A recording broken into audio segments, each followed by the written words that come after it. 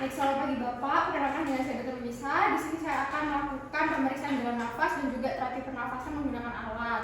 Selanjutnya saya akan meminta pertolongan fasilitas kesehatan terdekat. Lalu di sini saya akan melakukan pengecekan kesadaran. Baik, di sini Pak, apakah bisa mendengar saya? Ya, baik, di sini pasien tidak bisa memberikan kesadarannya. Selanjutnya saya akan melakukan evaluasi airway atau pernafasan di sini untuk melihat yaitu adanya look, listen, dan feel. Dan untuk looknya di sini saya akan melihat gerakan nafas dan juga pengembangan dada dari samping. Di sini untuk pengembangan dadanya simetris atau tidak simetris. Selanjutnya yaitu saya akan melakukan listen, mendengarkan hembusan nafas dengan mendekatkan telinga pada hidung atau mulut. Baik, di sini untuk hembusan nafas itu bisa terjadinya snoring dan juga gurgling. Selanjutnya di sini saya akan melakukan feel, yaitu merasakan hembusan nafas apakah adekuat atau tidak.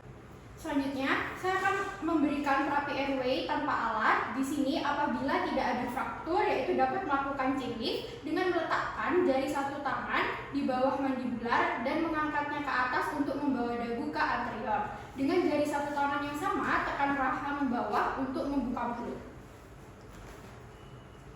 Baik, selanjutnya jika ada fraktur dapat dilakukan jaw thrust, yaitu dengan mengangkat rahang bawah dari ramus mandibular, lalu letakkan jari satu kedua tangan pada ramus mandibular dekat pada angulus, kemudian dorong mandibular ke depan.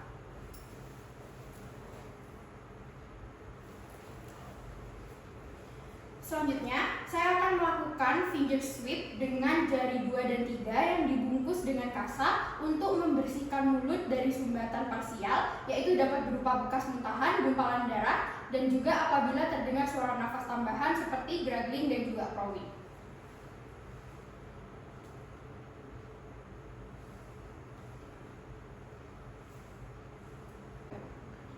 Selanjutnya, saya akan melakukan proteksi tulang belakang servikal, yaitu memposisikan diri pemeriksa berada di atas pasien, lalu menjepit kepala pasien dengan menggunakan lengan bawah setinggi telinga, kedua telapak tangan memegang bahu, dan ibu jari mengarah ke atas. Lengan bawah tetap menjepit kepala, lalu meminta bantuan dari asisten untuk mengambilkan collar brace dan atau bantal pasir.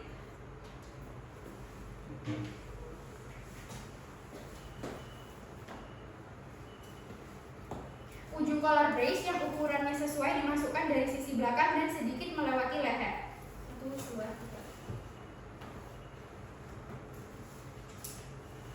3. Lalu, tangan penolong yang lain dipindahkan ke sisi lateral kepala secara perlahan, sementara penolong yang lain membelitkan bagian collar neck yang menekuk pada dagu. Selanjutnya, rekatkan kedua sisi collar neck yang lain. Selanjutnya adalah mengevaluasi collar brace, jangan terlalu ketat ataupun terlalu longgar.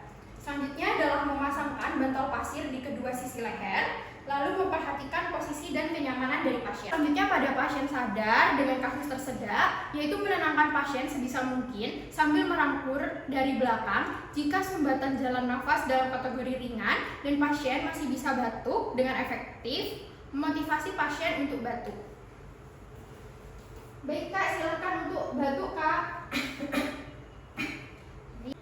Seandainya pasien mengalami sumbatan jalan nafas yang berat atau batuknya tidak efektif dan kondisi sadar, lalu lakukan back blows manuver sampai 5 kali, dimana dengan melakukan hentakan mendadak dan keras pada titik silang garis antara belikat dan garis punggung belakang dengan menggunakan telapak tangan. Mengisi ya Kak, silakan sedikit menunduk, mengisi. Selanjutnya, saya akan melakukan Heimlich maneuver atau abdominal thrust pada pasien sampai 5 kali, yaitu dengan merangkul pasien dari belakang dengan kedua lengan dengan menggunakan kepalan kedua tangan, lalu berikan hentakan mendadak pada ulu hati. Untuk pasien bayi dilakukan chest thrust. Mengisi Kak. 1, 2, 3, 4, 5.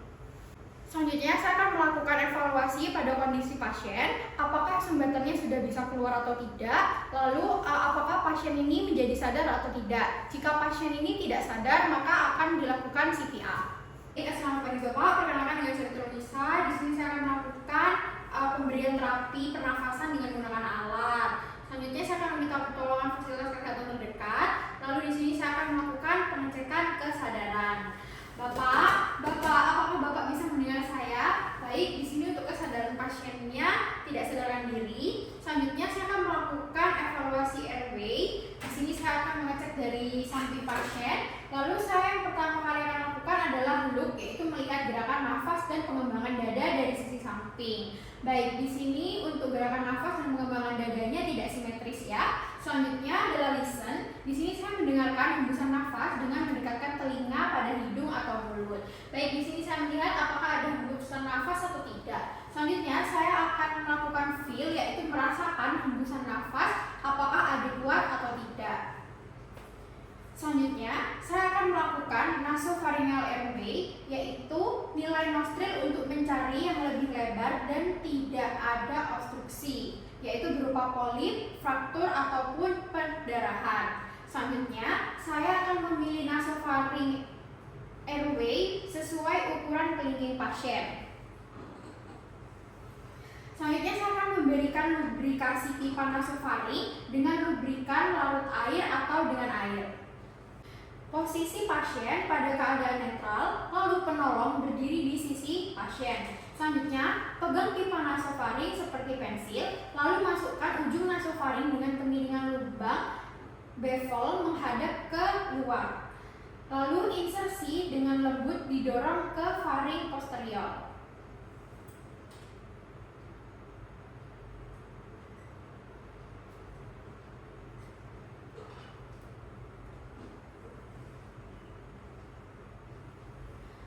Selanjutnya, bila terdapat hambatan pada saat insersi, maka keluarkan pipa dan coba insersi pada sisi yang bersebelahan. Bila pipa nasofaring menyebabkan pasien batuk atau muntah, tarik pipa untuk meredakan batuk kemudian lanjutkan. Selanjutnya di sini untuk pada pasien bisa masuk dengan normal dan selanjutnya akan melakukan fiksasi pada pipa. Selanjutnya saya akan mengevaluasi ulang untuk memastikan jalan napas pasien paten. Selanjutnya adalah oropharyngeal airway. Di sini pertama-tama akan menentukan ukuran dari oropharyngeal airway yang akan digunakan. Selanjutnya membuka mulut pasien dengan metode Crossfinger teknik dengan jari 1 dan 2. Lalu memasukkan pipa orofaring dengan cekungan menghadap ke langit-langit pasien agar tidak mendorong lidah pasien jatuh ke belakang. Lalu setelah masuk ke dalam mulut, rotasikan 180 derajat dengan ujung distal pada hipofaring.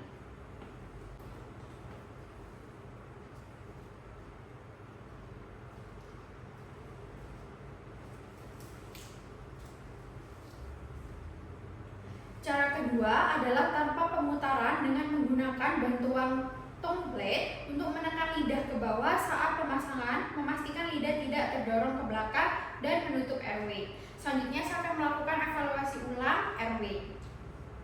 Selanjutnya saya akan melakukan pemasangan airway dengan menggunakan endotracheal tube. Yang pertama adalah menentukan ukuran dari ETT yang akan dipasang. Selanjutnya dilakukan pemasangan pulse oximetry atau SpO2 bila ada kemungkinan berikan ventilasi tekanan positif dan oksigenasi. Selanjutnya memposisikan pasien sniffing the morning air position, di mana lehernya ini sedikit fleksi dan kepala sedikit ekstensi. Untuk satu bantal diletakkan di bawah kepala. Selanjutnya lepaskan oropharyngeal airway jika sudah terpasang.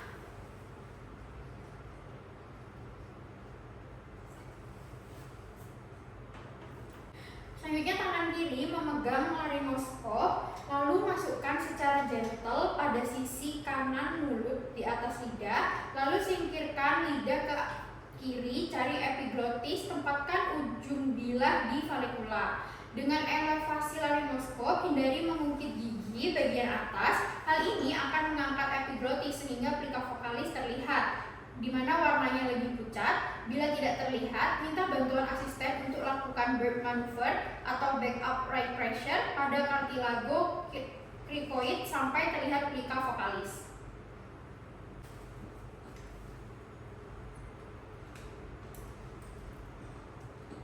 Selanjutnya, masukkan ETT melalui sisi kanan mulut, bimbing ujungnya masuk trakea sampai kaf ETT melewati plika vokalis, di mana karena pasiennya laki-laki, kedalamannya adalah 23 cm.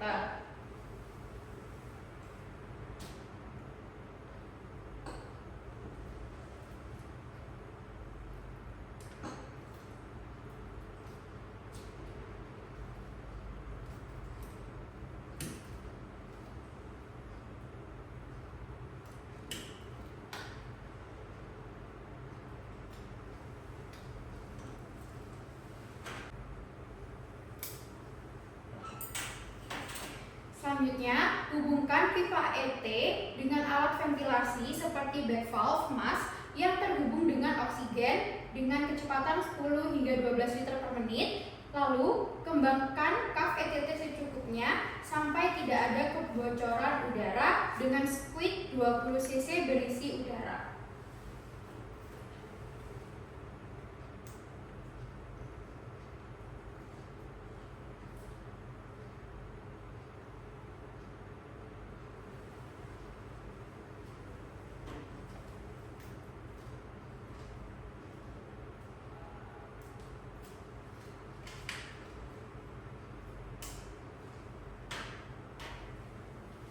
Selanjutnya, evaluasi pemasangan dengan mendengarkan melalui stetoskop pengembangan kedua paru. Bila hanya terdengar suara pada salah satu paru, berarti masuk ke salah satu bronkus, lalu kempeskan kembali kaf dan tarik ET.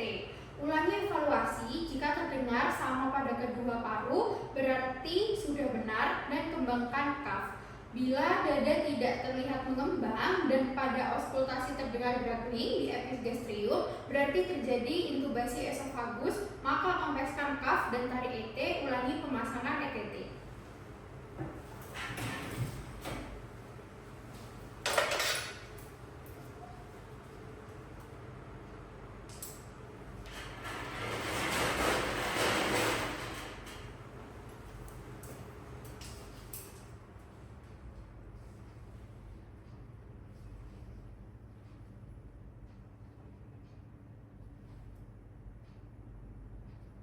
Baik, di sini dapat terdengar di kedua paru dan pemasangan ETT-nya benar.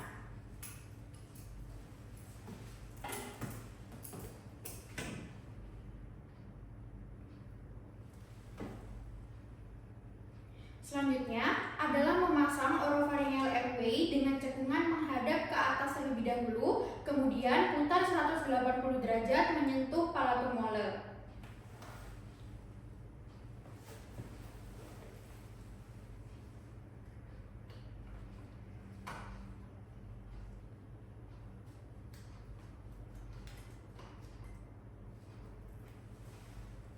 Setelah yakin ET masuk dalam trakea dan suara nafas terdengar sama pada kedua paru, kemudian fiksasi ETT dengan plester.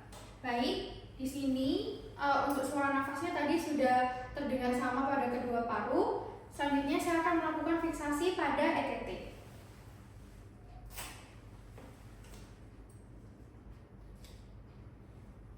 Selanjutnya saya akan mengevaluasi ulang airway.